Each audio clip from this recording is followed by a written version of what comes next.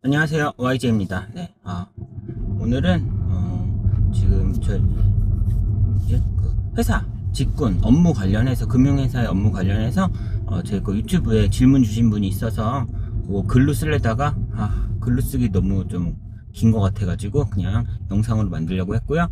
질문은 뭐냐면 증권사 리스크 관리 직무랑 보험사 리스크 관리 직무 차이가 궁금합니다.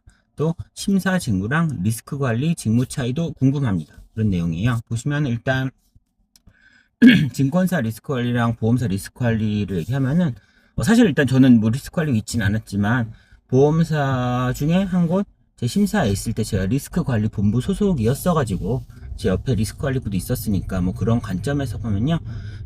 결국 리스크란 단어는 애매하죠. 모든 게 다 리스크잖아요. 다 리스크죠. 다 위험하고 다 리스크고 다 관리해야 되고 라는 관점에서 보면 리스크 관리부는 동네의 모든 일을 다 해야 될 것 같은 거긴 하지만 기본적으로 금융회사의 리스크 관리부는 해당 금융회사의 그 뭐 감독 기관에 의한 거든 보험회사가 어떤 전체적으로 해당 회사에 소속되는 리스크를 관리하는 거예요. 그러니까 보험회사 같은 경우는 옛날이었으면은 뭐 RBC 비율 이런 게 있겠죠. 지금은 킥스, KICS 같은 뭐 감독 비율 같은 것들 그런 비율도 관리하고 이제 보험사 같은 경우는 기본적으로 계속 그런 자산 부채 매칭 이런 ALM, SL 라이어빌티 매니지먼트라고 해서 ALM에 계속 매칭을 해야 돼요. 해야지, 왜냐면 그러고죠. 자산이 한 10이고 그 중에 자본이 1, 부채가 한 9 정도 돼요. 그렇다면 9의 부채랑 10의 자산이라는 큰 레버리지가 있기 때문에 이게 지금 대부분 투자 자산과 보험성 그런 부채잖아요.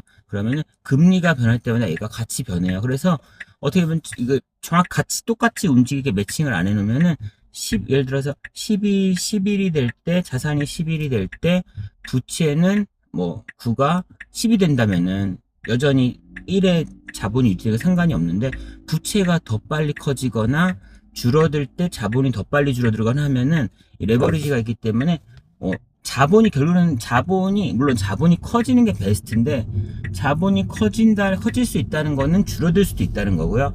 그러느니 기본 영업이나 투자에서 수익을 내고 BS상에 자산 부채 상으로는 그냥 그 동일한 같이 그 금리 변동에 따라서 동일 비율로 움직여서 자본은 계속 유지될 수 있게, 그러니까 시장 리스크에 따른 회사의 그런 자본 리스크가 크게 벌어지지 않게 어쨌거나 그 자산 부채 듀레이션을 매칭을 해요. 그래서 듀레이션을 매칭을 한다 뭐 이런 개념으로 관리를 하게 되고요. 그러니까 그런 수치들을 관리하는 거죠. 계속 수치들을 관리하고 감독원에 제출하고 그런 비율들이 결국은 유동성 관리도 하겠죠. 보험사 같은 경우는 유동성 관리도 할 거고, 또 어떤 신규 투자를 할 때 심사 쪽에서는 개별 자산을 분석을 하겠죠. 당연히 분석을 하지만 그 어떤 자산 A라는 뭐 펀드에 투자했을 때 킥스 기준의 그런 리스크 비율이 얼마가 변하는지, 그런 그 수치적인 리스크, 어떤 하나의 투자에 있어서 수치적으로 어떻게 추가적으로 이제 뭐 증분 리스크가 바뀌는지에 대한 그런 수치적인 부분을 관리하는 것이 리스크 관리부라고 할 수 있어요. 그래서 각각은 다르죠. 보험 같은 경우는 방금 말씀드린 것처럼 어떤 그런 자산 부채 매칭이 중요하니까 ALM 관련 수치 비율 관리랑, 그리고 기본적인 회사의 뭐 유동성, 그리고 자기 자본 뭐 안정성 이런 관리들에 대한 수치적인 관리를 일단 하는 게 리스크 관리부고요. 근데 각각 다른 거죠. 보험업법에 의한, 그리고 보험업 감독 기준에 따른 그런 리스크를 관리하는 것이 보험사의 리스크 관리부인 거고, 그럼 증권사는 자본시장법상 증권사에 해당되는 제반 비율들을 지켜내고 관리하는 게 증권사의 리스크 관리겠죠. 그래서 지금 한다면 뭐 NCR 관리도 해야 될 것이고, 뭐 투자 자산에 대한 각종 제반 투자 비율, 자산 관련 투자 비율들도 관리할 것이고요. 그리고 뭐 예를 들어서 이 회사가 금융 지주가 어쨌거나 그 산하에 은행이 있을 경우는 은행을 포함한 금융 지주의 또 산하 회사들은 뭐 바젤에 따라서 밑에 증권사 포함해서 은행이 안에, 그러니까 예를 들어 KB 같은 경우 KB국민은행을 가지고 있는 KB금융지주잖아요. 그렇다면 KB금융지주는 바젤, 은행 관련 바젤이라는 규제에 밑에 자회사들이 다 포함되는 걸로 알고 있어요. 그래서 결국은 그 바젤에 해당하는 그런 규제 자본, 뭐 규제 리스크 수치들을 증권사도, KB증권도 추가적으로 또 지켜야 되는 거죠. 그렇기 때문에 리스크관리부에서는 KB증권 리스크관리부 같은 경우는 기본적으로는 증권사의 그런 수치들에 대한 자본시장법과 금감원 관련한 그런 비율을 지키면서 동시에 은행 관련 RWA던 그런 비율들도 또 지켜야 하는, 이중으로 좀 관리해야 되겠죠. 그런 식으로 자기 회사에 속하는 수치들을 관리하는 것이고요. 아까 말씀드린 투자 관련해서 개별 자산을 막 그렇게 빡시게 보진 않아요. 어차피 수치적인 부분을 관리가 메인이기 때문에, 그렇기 때문에 결국 아까 말한 이걸 통해서 어떤 심사나 자산 투자 이쪽으로 연결되기는 사실은 좀 쉽진 않고요. 어떻게 보면은 탑다운적인 그런 총괄적인 숫자를 보는 곳이라고 할 수 있고, 개별 딜을 버텀업으로 보는 거랑은 조금 다른 것 같아요. 그래서 제가 리스크 관리는 해당 회사에 관리해야 될 수치들, 해당 회사가 속한 그런 금융회사에 꼭 관리해야 되는 수치들을 주기적으로, 아니 또 신규 투자를 할 때마다 어떤 큰 이벤트가 있을 때마다 숫자가 제대로 지켜지고 있는지, 향후에 이 방향으로 가면은 위험하면 수치를 어느 방향으로 조정해야 되는지, 그런 부분을 관리하는 게 메인 역할이라고 할 수 있을 것 같아요. 그러면 심사랑 리스크 관리 차이가 뭐냐? 방금 말씀드린 거죠. 결국은 심사는 결국 저희가 자산 관련 어떤 투자를 하죠. 투자를 하게 되면은 주식을 하던 채권을 하던 대체 투자를 하던 결국은 운용 자산을 가지고 어딘가에 투자를 하겠죠. 투자를 할 때마다 개별 자산이 사실은 주식 채권처럼 시장이나 가격이 있는 경우, 객관적인 시장이나 가격이 있는 경우는 엄청나게 심사를 하잖아요. 예를 들어 채권 같은 경우는 트리플 A, 더블 A, 싱글 A, 트리플 B 이런 등급이 있잖아요. 그래서 트리플 A는 어느 정도 안정성이 매우 높은, 사실상 해당 국가의 안전성과 비슷한 은행급 애들이 트리플 A잖아요.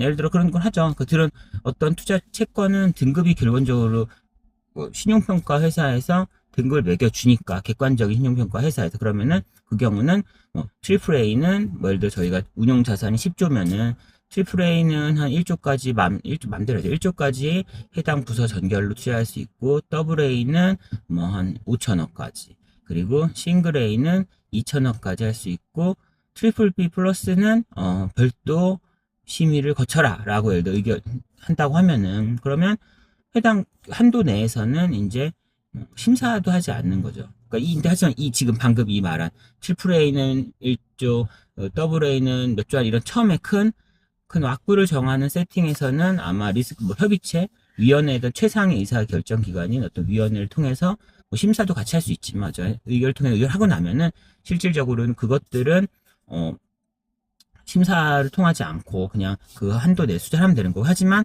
트리플 A인지 더블 B인지 대체 투자, 예를 들어 영국 어디 공항에 투자해요. 그게 더블 A인지 싱글 A인지 등급이 없거든요. 대체 투자는 대출이니까, 특히 에쿼티 투자도 그렇고 없으니까 그런 경우는 이제 심사를 하는 거죠.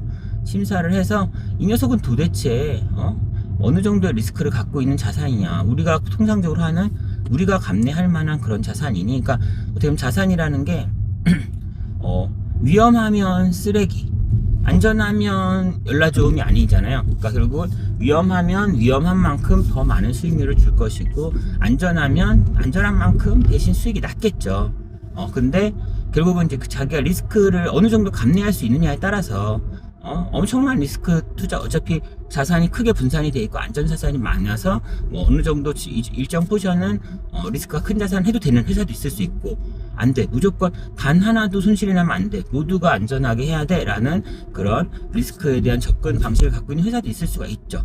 그 경우 어쨌거나 그 자산들이 근데 꼬리표가 없잖아요. 이 자산이 어느 정도 위험하니, 중간으로 위험하니, 그러니까 좀 덜 위험하니, 매우 위험하니, 그리고 매우 위험한 거 대비 수익률은 적당하니, 매우 위험하니까 매우 많이 수익을 주니, 이런 것들을 보는 거예요. 그래서 매우 위험한데 수익률은 중간 수익률이요.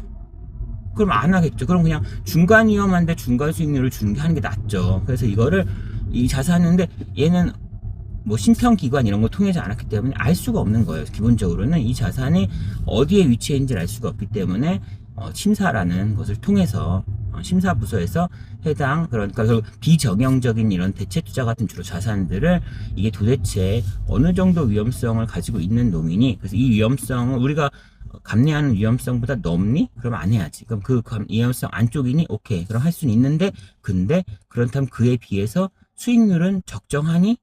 수익률이 예를 들어 현저히 뭐 낮아버리면은 이거 하느니 딴 거 하는 게 나을 테니까요. 그런 것들을 좀 프라이싱 개념이게 보면서 추가적으로 뭔가 계약상, 별도 계약상 우리한테 불리한 것이 또 있는 것이 아니니, 이런 부분들을 어떻게 보면 좀 매번 커스터마이즈 케이스 바이 케이스로 매번 분석을 하는 게 어쨌거나 심사의 역할이라고 생각을 해요. 결국은 어떠한 시장이나 등급이 있지 않은 주식 같은 경우는 시가가 있잖아요. 그래서 예를 들어 주식은 할 수 있겠죠. 뭐 처음에 1,000원까지 할 수 있다. 근데 주식은 10% 이상, 예를 들어 15% 이상 하락하면 뭐 강제로 로스컷을 해라. 라는 이런 거를 만약 정해 놓는다면은 일단 그 정도 이상 손실은 막을 수 있겠죠. 그리고 시장에서 사기 때문에 뭐 비싸게 덤탱이 쓰진 않잖아요. 사실은 대체 투자 같은 경우는 뭐 이 상품은 글로벌리 너무 비싸서 아무도 안 사는데 우리나라 투자자들은 멍청하게 비싼지 싼지도 몰라서 아무도 안 사는 거 우리가 덥석 살 수도 있죠.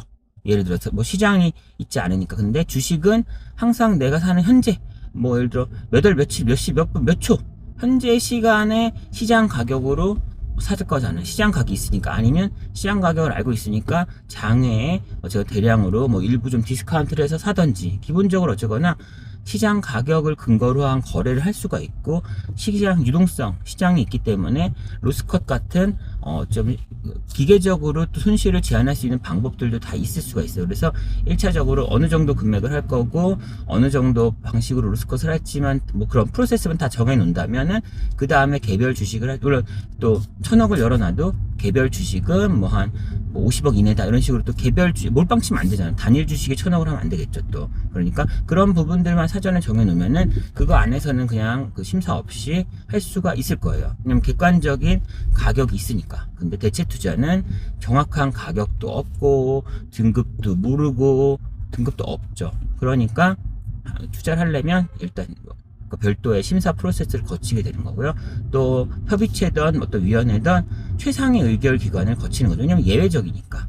그냥 쉽게 할 수 있는 자산이 아니기 때문에 항상 뭐 리스크 관리 협의회, 위원회 이런 것 같은 투자 관련 제일 그 해당 회사의 제일 높은 그런 의사결정, 제일 빡신 의사결정을 대부분 거치게 되어 있어요. 또 그런 경우는 어쨌거나 심사를 통해서 리포트가 추가로 서포트가 되게 되어 있고요. 그런 업무를 하는 거로 할 수 있어요. 네, 그런 거고요. 하나 추가하자면 뭐 이거 헷갈리진 않겠지만 어떻게 검색하다 보면은 심사라는 게 영어로 뭐예요 하면은 어떤 데인가는 언더라이팅이 심사인 것 같아요. 심사라고 써 있는 데가 있어요. 그러면 언더라이팅은 좀 다른 게 심사 투자 지금까지 저희는 투자 자산에 대한 심사를 열심히 말했는데 심사하는 보험사회 같은 경우는 해당 보험 상품을 뭐 예를 들어 YJ가 저 이거 보험 가입할래요 라고 했을 때 YJ 너는 근데 그쪽에 뭔가 병이 있고 좀 너는 이제 페어하지 않은 상태인 거 아니야? 너의 그 가입은 내가 받아들여 줄 수 없어. 아니면 그래 할 수 너는 할 수 있어 라고 이런 언더라이팅, 그러니까 사람을 어떤 상품에 가입하려고 보험 상품을 가입하려고 이런 제출을 했을 때 그래 너에 대한 보험 우리가 받아줄게 라고 밑에 사인하는 거죠. 그러니까 내가 A 회사면 A 회사, YJ가 보험 가입했다는 증서에 대해서 오케이 심사를 한 다음에 오케이 괜찮아 너 하겠어 그럼 A 회사 임의로 서명을 빵 하는 게 언더라이팅인 거예요. 그래서 어떤 보험을 인수할지 말지를 결정하는 거를 언더라이팅이라 그러고, 그거를 한글로 보험 심사, 그러니까 심사라고도 하는데 보험 심사죠. 그런 부분이고요.